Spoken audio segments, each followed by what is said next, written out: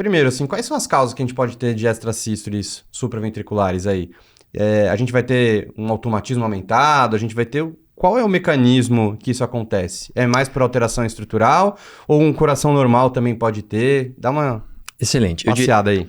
Eu diria para vocês, e é importante ter essa noção, que a gente tem 2 grandes grupos de pacientes que têm esse tipo de arritmia no consultório.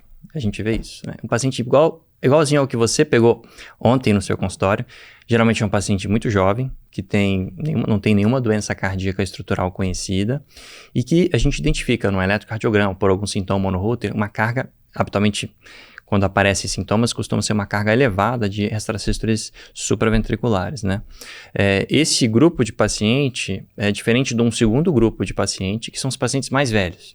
Pacientes lá na faixa dos 60, 70 anos, que também têm extrasístoles atriais e outros tipos de arritmias atriais, que aparecem num contexto um pouquinho diferente. Geralmente o paciente tem fatores de risco cardiovascular, que a gente fala. Então, hipertensão, dislipidemia, obesidade, apneia do sono, tem uma série de fatores de risco que causam indiretamente essas arritmias. Então, esses 2 grupos de pacientes são muito distintos, né?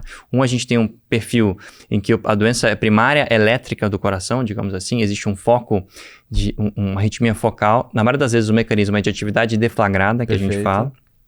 Eventualmente automatismo, ou micro-reentrada, mas nada mais é do que um foquinho disparando lá no coração, diferente do ritmo sinusal normal, e diferente do outro paciente, que a extrasístole atrial e a carga de extrasístoles, na realidade é um marcador de uma doença, uma cardiopatia atrial maior, né? As pessoas chamam de síndrome do átrio instável. Seria, né, a ponta do iceberg, né? É a ponta do iceberg, é o fator de risco, na verdade até um marcador de risco para outras encrencas que a gente vai ver na sequência. Então, o que causam extrasístoles depende do paciente que você está vendo, mas de uma forma geral eu consigo elencar esses 2 fenótipos, grandes grupos, 2 fenótipos ali, tá? Não, beleza. Aproveitando também, aí o pessoal fica na dúvida, né, será que pela essa fisiopatologia que você comentou, será que faz sentido a gente correlacionar com algum hábito de vida? Então, por exemplo, aumento da ingesta de café, estimulante como energético, por exemplo, o uso de álcool também, eles podem aumentar esse...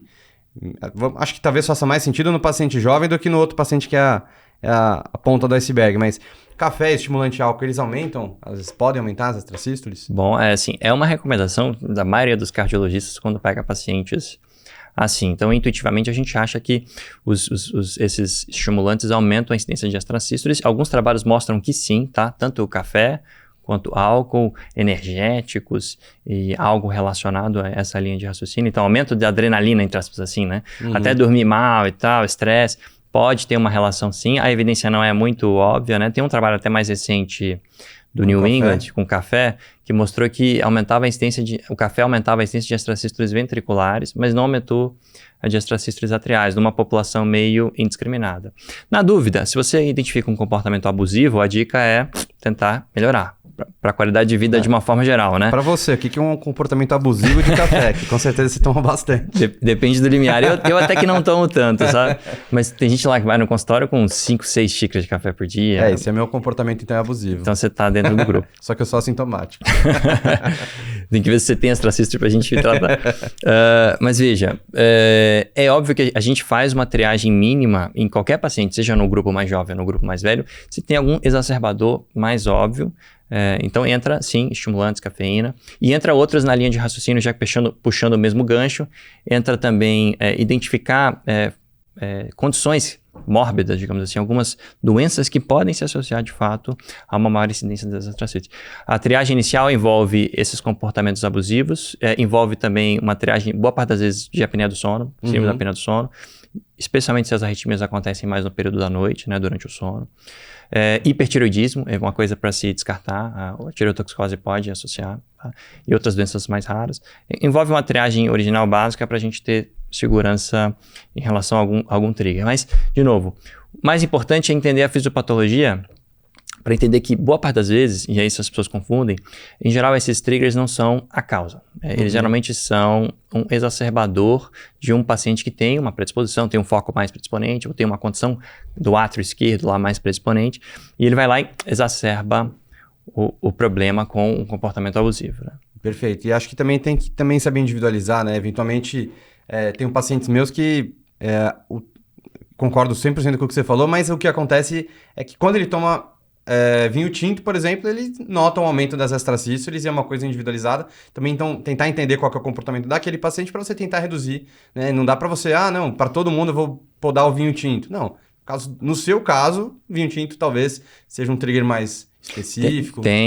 Existem casos específicos que você pode identificar. Por exemplo, você falou do vinho, tem paciente em que a gente detecta, tem alguns trabalhos sobre o aumento a incidência de extracístoles durante o ato de comer.